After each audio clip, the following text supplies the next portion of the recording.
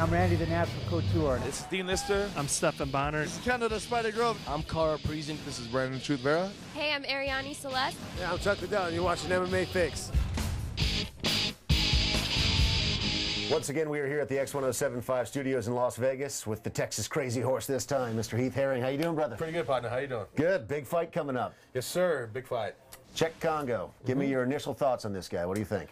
Initial thoughts, he's a big Frenchman. So, yeah, those are my thoughts. His last fight, he pretty much beat up Cro Cop, and Cro Cop is a tough guy. What did you think about that fight? Well, I don't want to take anything away from what Kongo did in that fight. I mean, he followed his game plan. He got the win, on decision. But I don't think that's the Cro Cop that we're used to seeing either. So it's kind of hard. You got to kind of balance those two things out. How frustrated were you with that fight with Nogueira when in the first round, in my opinion, and this is just my opinion, you had him out? And a lot of people say on the message boards and around the country on blogs that the referee should have stopped that fight at that point. I don't like that because I'm not gonna complain about what the referee did or what he didn't do. I thought I had more time in the round, so I wanted to get him up, try to get the knockout, and I ran out of time. So that was my fault, and I take responsibility for that one. But yeah, when you see the guy has the title now and you think, hey man, it was pretty close, could have had that one. It kind of motivates you a little bit and gets you a little bit more into the gym. Let's talk about your skill sets, because you started with football and then you segged into wrestling and then you did a whole number of things before you kind of had a well-rounded game. At what point in your career did you go, you know what, I am ready to go, I am world class, and I've got all the skills that I need to get in there and mix it up with anyone? Well, I started fighting in a dirt flow rodeo arena in Amarillo, Texas. That's how I started out. A rodeo arena? Nice. It was nice. Yeah, it was a lot of fun. It's kind of like the old Charles Bronson days.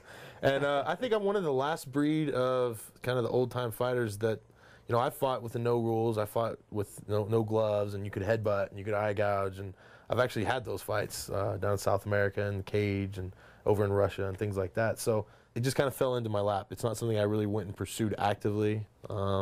It's just kind of something I just kept along this path, and now here I am. Another heavyweight fight that got a lot of press, of course, was Brock Lesnar and Frank Mir. What do you think about that fight? Well, you got to remember, I've been fighting over in Japan for 5 years. I'm used to the old Pride rules with, they bring the giants in and all sorts of crazy stuff like that. It's good. It's good for the fans. I mean, it brings a new fan group in, a new fan base. Gets more people excited about the fights. I don't have a problem with it. I'd have a problem if Frank hadn't won that fight. I would have had a problem with that.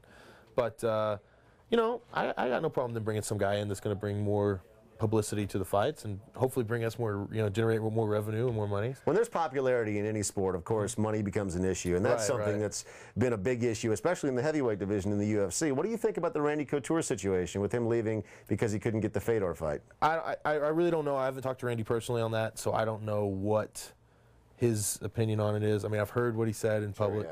But you never really know what the truth behind the matter is. I mean, we all want to get paid what we're worth, and then you get Dana on TV flying around in his jets and driving around Lamborghinis. I mean, we all want some nice stuff too. So, I think it's normal.